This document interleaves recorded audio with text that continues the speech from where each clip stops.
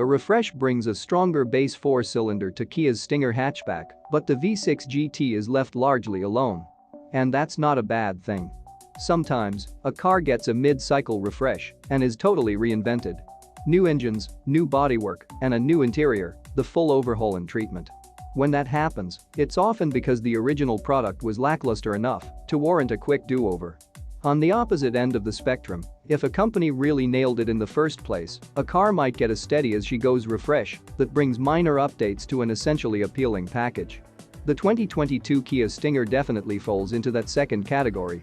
Introduced in 2018, we were smitten enough with the Stinger to drive one for 40,000 miles, plus we named its upmarket Genesis cousin, the G70, to our 2019 10 best list. Our biggest gripe with the Stinger, and, for that matter, the G70, was that its base engine, a 255 horsepower turbocharged 2.0-liter 4-cylinder, was kind of a bummer. Well, Kia fixed that. The new standard engine for 2022 models is the 2.5-liter Turbo 4 that robustly animates various Kia, Hyundai, and Genesis products. With 300 horsepower and 311 pound-feet of torque, it's a mill that should better match the Stinger's feisty attitude. We say should because we haven't tested that one yet. Instead, we followed the advice we'd give to any Stinger shopper, which is to try the V6 first.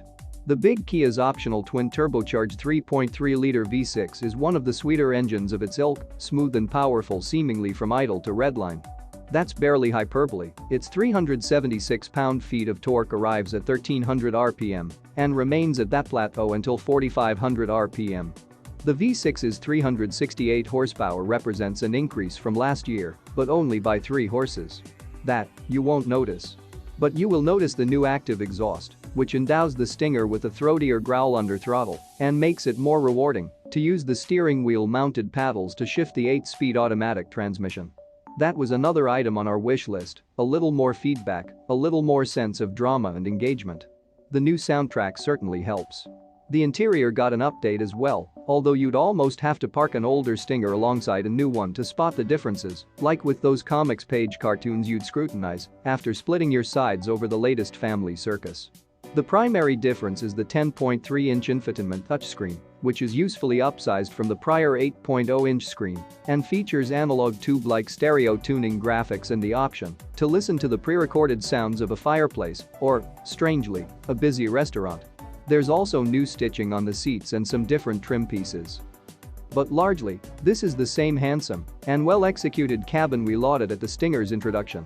The 2022 model's exterior features subtly reworked headlights and taillights and fresh wheel designs.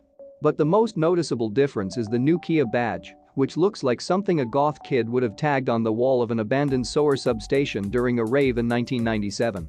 We mean that, of course, as a high compliment. While the uncorked exhaust makes the 2022 Stinger sound like it's way quicker, our test results prove that its gusto is theater of the mind, with acceleration figures identical to those of a similar all-wheel drive GT we tested in 2018.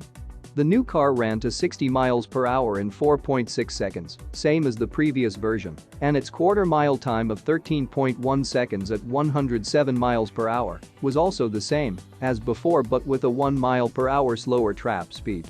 Its skid-pad grip, however, was a less than impressive 0.85 grams. That's largely thanks to our test car's Michelin Primacy Tour AS all-season tires. On Michelin Pilot Sport 4 summer rubber, the previous car demonstrated 0.91 grams of stick. Those all-seasons also contributed to a lengthy 187-foot stop from 70, despite the Stinger GT's Brembo brakes with 4-piston front and 2-piston rear calipers. The old car came to a halt from that speed in 164 feet, but at least fade wasn't an issue this time around, unlike our experience at our 2018 Lightning Lap event. Unlike the latest G70 and the old Stinger GTS, the new all-wheel drive Stinger didn't get a drift mode. If you want that, the rear-drive Stingers will drift just fine.